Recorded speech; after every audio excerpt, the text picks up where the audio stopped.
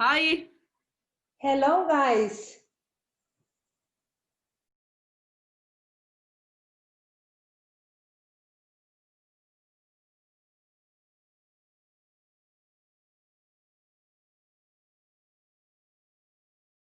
I have a challenge for you guys, or a game. It's not really a challenge. I think you're going to be awesome with it. But this sort of a game that I say letters from the name of the band, Vishtén, like B, victorious. You have to, I say a letter and then you invent an adjective that suits to the letter, right? Okay. Just an example, like B, victorious, you say, then I say I see, S, super, H, heroic, or something like that. So, and I'll give you like, if you want to prepare it, so you will get a minute or maximum 2 minutes. Okay. Would you like to prepare it a bit?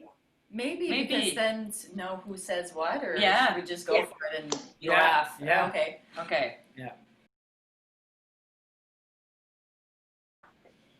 B, Vivacious. I, Inspired. S, Sensational. H, Happy. T, Tremendous. E, Exotic. and N. Natural. And that is Vishtén. I love it. Yeah. Great. Thank you. Then, first question. My question is about how it's called. Is it Acadian culture? Acadian. Acadian. Okay. Acadian. Thank Thanks. you. Yeah, Acadian Yes. culture and language. Is it how it's differ from French? Yeah, so Acadian actually is French. That's our first language, main language. And there's a long history of Acadian, and it dates back to the 1600s. But essentially, Acadians are from France originally, so they are immigrants that came and first settled in Eastern Canada starting in 1604, and that's why we speak French. So the difference is that we are like the French language here in the East Coast has evolved differently than in France. It's evolved in its own kind of branch. We have a lot of the same words, but we also have kept a lot of the old words and different sayings and things like that. And yeah, we've just kind of created our own accent and dialects. There's many different Acadian dialects as well, not the same one. Pascal and I are from Prince Edward Island, and Pascal is originally from the Magdalen Islands, and our accents are different. Mm-hmm. Yeah. Yeah. But it's essentially all Acadian, if that makes sense. Yeah. Yeah, there was. And second question is about Acadian music. That what you are playing. From which cultures? Sorry, I will close the door. Children, open it.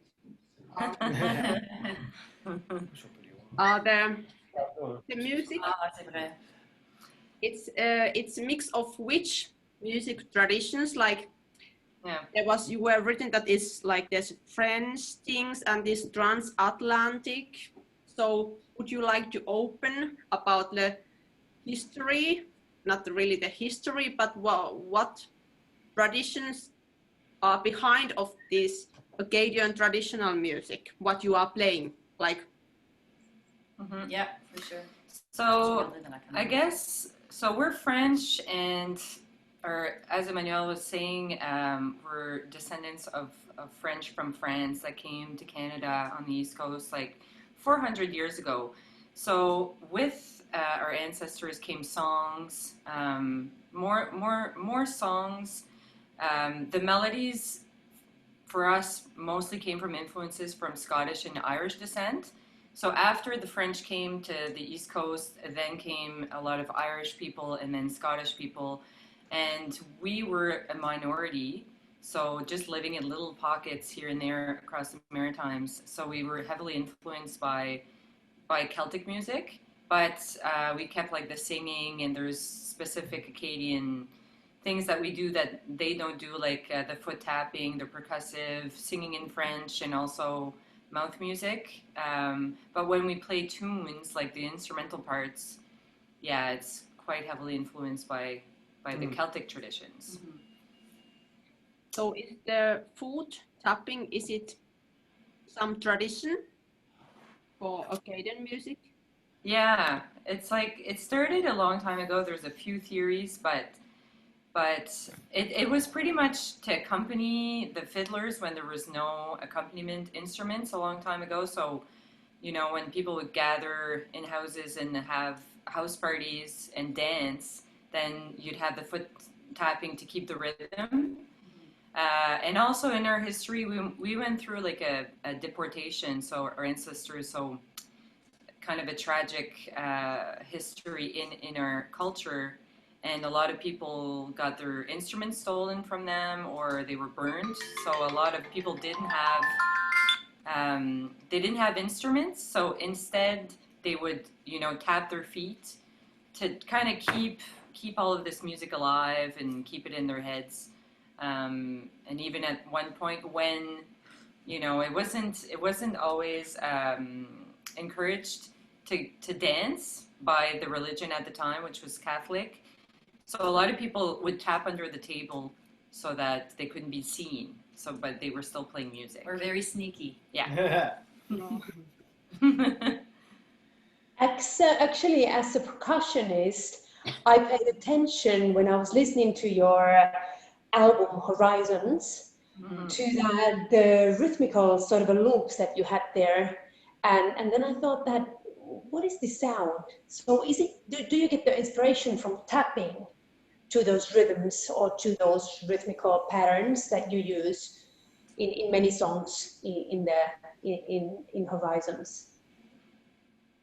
Yeah, I guess we like the percussive part in Horizons that accompanies is like based on there's a couple bass kind of rhythms with foot percussion that is just like standard, like everyone would know how to do the bass, and it's I'll do it with my hands because I can't see my feet, but it's just 1, 2, 3. So this is kind of the basic rhythm, right? Yeah. But in Horizons, we went in all sorts of different directions, and we love mixing like traditional music, Acadian music, with new sounds. So it was just about kind of finding different rhythms that would fit with the songs that we chose. The first track from the album is called El Tempête, and I think we found probably the kind of guitar and like mandolin rhythm first, and then decided to do, I was like, okay, well, I'll try to do a foot rhythm that fits with it. And because I'm playing mandolin and doing my feet at the same time, it's basically the same rhythm, so that it's easier. And I was singing at the same time, so I would just, you know, do the rhythm with the feet and the hands, and just kind of support it that way. And yeah, so in every track we kind of treat it like that, just to see what rhythm would fit the best, I guess, with what we're doing. But it's fun to experiment, and we did experiment quite a bit with that album, which was fun. Is it common that you would do cooperation with tap dancers, for instance? Like the tap dancers would be the drummers for your music? Because in flamenco, I've been playing flamenco music, and then sometimes they use the flamenco dancers for the rhythm, for the guitar, and then the singing. So could you think that the same way, or am I totally out of the tracks?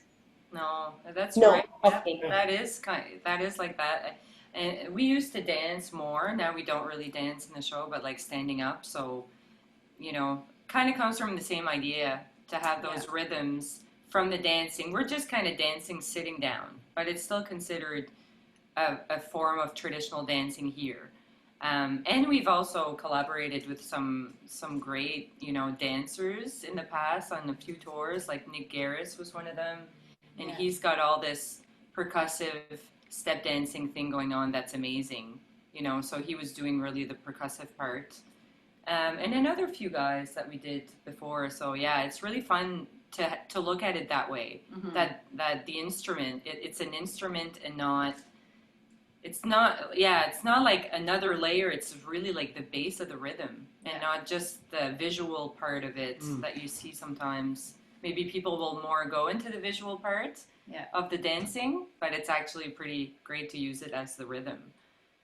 Yeah, it's a real instrument. Yes. Yes, it is. Mm. Yeah, sometimes people ask, hey, you don't need that on your monitor. And we're like, yes. Yes, I need a lot of them on my monitor because it's my drum kit and I need that rhythm. Mm-hmm. So, you know, it's funny sometimes. Yeah. And then I was listening to your CDs and I fell in love with that. Sorry, I can't pronounce it correctly because I don't speak any French. Mm-hmm. So, but the album is Mosaic and it was published 2012. Yeah. And the opening track, the Toby La Pierre. Yes. I absolutely love it. So would you like to tell the story behind the song? Yeah. Okay, it's a song from Louisiana. And a friend of ours, maybe, I don't remember when, but maybe 10 years ago, we worked with her for some project, and she brings that song to us, and we start to arrange that song with her. And that project didn't just end really. Anyway, we keep the song with us, and we arranged that for the album Mosaic. And it's a story about a man, and he lost his wife in the wood, and he have a bell to find her back. And the ding ding in that song, it's the bell, you know. So and Toby Lapierre is a really happy guy. He likes dancing. He likes have fun. He likes whiskey, and we talk about that in that song. And do we know if he found his wife? No, I don't think so. You don't know. So yeah, basically it's that. And we came up with that melody, but around that and the bridge and stuff like that, it's all us. It's a timing different, and we love that song. Yeah, it's good. When we sing it in the show, we get people to sing with us. So we'll go ding, ding, ding, ding, ding, and then people respond. And it's great in schools. It works very well in schools. Yeah, it could be scary. Yeah. In school. Well, but that's kind of an example of when we talk about Francophone, how this is a French song, and when we heard it, we hardly understood any of the words. Because of the link with Louisiana, which maybe we should explain. Yeah. Because a lot of people know Cajun culture, music from Louisiana. You know, it's like a culture that's really well traveled and known around the world for the artists, but also their cuisine. Everybody knows New Orleans, you know, but Acadians and Cajuns are the same people. Like we have the same roots. So when the French came to Eastern Canada and settled, we were all there, and then we split off when we got deported and people went down to Louisiana. So the Cajun culture got a lot of Spanish influence and American influences, and they developed their own culture there, and we kept our culture in Acadia. But a lot of the songs are the same. We still have a lot of the same kind of repertoire. So yeah, but then you'd find all these old words in these songs which nobody uses anymore, and that's why we heard the song, and I remember we're like, what does that word mean? We had to like call up people and try to find out like, where is this from? Yeah. One of them was like A beaver. A beaver but it was just an old word for beaver that we never heard. Yeah. So so it's interesting how that switches from like Francophone area to another, you know. It's like all the same. Or let's say if we speak French to people from France, they will think that we speak like their grandparents. That's always the comment that we get, like, oh, okay, that's a very old word, you know. And for us, it's still a word that we use currently all the time. So, yeah. Really interesting. I have one question about the song, what you were talking about. Is the language, it's not Creole, or is it Creole? No. No. It's French, but it's like a broken French. There might be a few Creole words in there. Maybe. That's possible. Yeah. Because they have a lot of French Creole mix, you know, in their songs. Yeah. Okay. But it's mostly French, I think. Yeah. I just say that we have 6 minutes left Okay. for the Zoom Oh. meeting, Okay. because it's only the 40. Yes, right. Yeah. Okay. And the lyrics and the melody of the song are traditional, right? Yeah. Yeah. So how much do you use traditional material compared to your own lyrics and own compositions? Probably half and half. Yeah. I would say. Like we base ourselves on the traditional stuff, but we love to compose. So more in the latest records, I think Mosaic was fully like all compositions, like instrumental. The words were traditional. But I remember that was kind of a goal of ours. It was to write new traditional kind of things. So Mosaic is completely, and then the two other ones after that have a lot of compositions. But we don't write a whole lot of words. So when it comes to the songs, we're usually using a traditional song and we're just rearranging it. Yeah. So it's all our arrangements, and about I'd say the songs, it's about 95% traditional. Yeah. And then the tunes that we write is about 7. Okay, I was just thinking that, do you have sort of a philosophy when doing the music, or do you want to preserve some sides of the Acadian culture, or what's the main idea for you guys to make the music? What do you want to say with your music? Oh, that's Very wide question. Yeah, sorry. Good question. It's good. It's deep. Like, You know, I think we try to just hear music, and when the people listen to us, they have a good feeling, and they have something to just forget about their problems and stuff like that. For me, it's really that. It's the music is for, you know, be in the moment and just have that kind of connection with the audience, and I think we try to do that every time. It's a goal for that, and obviously in this time is going to be different, so we're going to try to do something else differently, but at the same time touching people. I think. Yeah, it's like music therapy in a sense. And and when it comes to like our culture and things like that, like we are all from, you know, Acadian communities, and this is it. So we want to respect, I think, that type of music, and also like the community. But we do also live in a place where things evolve. Like music is ever changing, and you know, we can always go back to a tune party and play very traditional things with our friends, but the desire, I think, for the band is to evolve, you know, Acadian music, and also just make music that is coming out of us and engulfs all of the travels we've done and people that we met and things like that. And yeah, like Pascal said, just make people happy. Yeah. I'm sorry to say, but I think that Zoom is going to cut this. Yeah. Okay. Yes. All right, bye-bye. Thank you so much. Bye-bye. Thank you. Bye-bye. Bye. Bye.